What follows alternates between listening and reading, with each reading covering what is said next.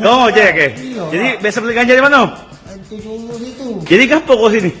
Ngapun tipu ya Pak, anu Pak. Jadi ngapa kok beli ganja? Iya. Potongan video seorang pria yang mengaku sebagai tukang ojek viral di media sosial Instagram setelah diupload oleh akun @palembangbedesau lantaran mengaku telah menjadi korban penipuan saat membeli narkoba jenis ganja.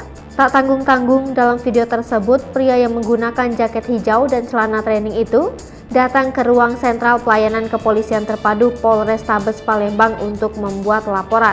Dalam rekaman itu, pria tersebut memperlihatkan bungkusan koran yang berisi rumput berwarna hijau. Ia mengaku bahwa telah memberikan uang sebesar Rp50.000 untuk membeli ganja, namun yang ia dapatkan adalah rumput. Kemudian, pria yang merekam video itu menanyakan apa yang dibawa oleh tukang ojek itu. Pria tersebut lalu menjawab bahwa yang di dalam bungkusan koran itu adalah daun. Jawaban itu lantas membuat perekam dan beberapa polisi yang ada di ruang SPKT menjadi tertawa. Polisi itu kembali bertanya apakah ganja narkoba atau bukan.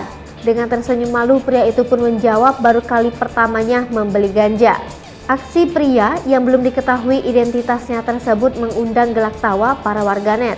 Mereka pun memuji keberanian pria itu untuk datang ke kantor polisi meskipun tertipu telah membeli narkoba. Terpisah, Kasat Narkoba Polrestabes Palembang Kompol Mario mengaku masih melakukan pengecekan untuk laporan tersebut.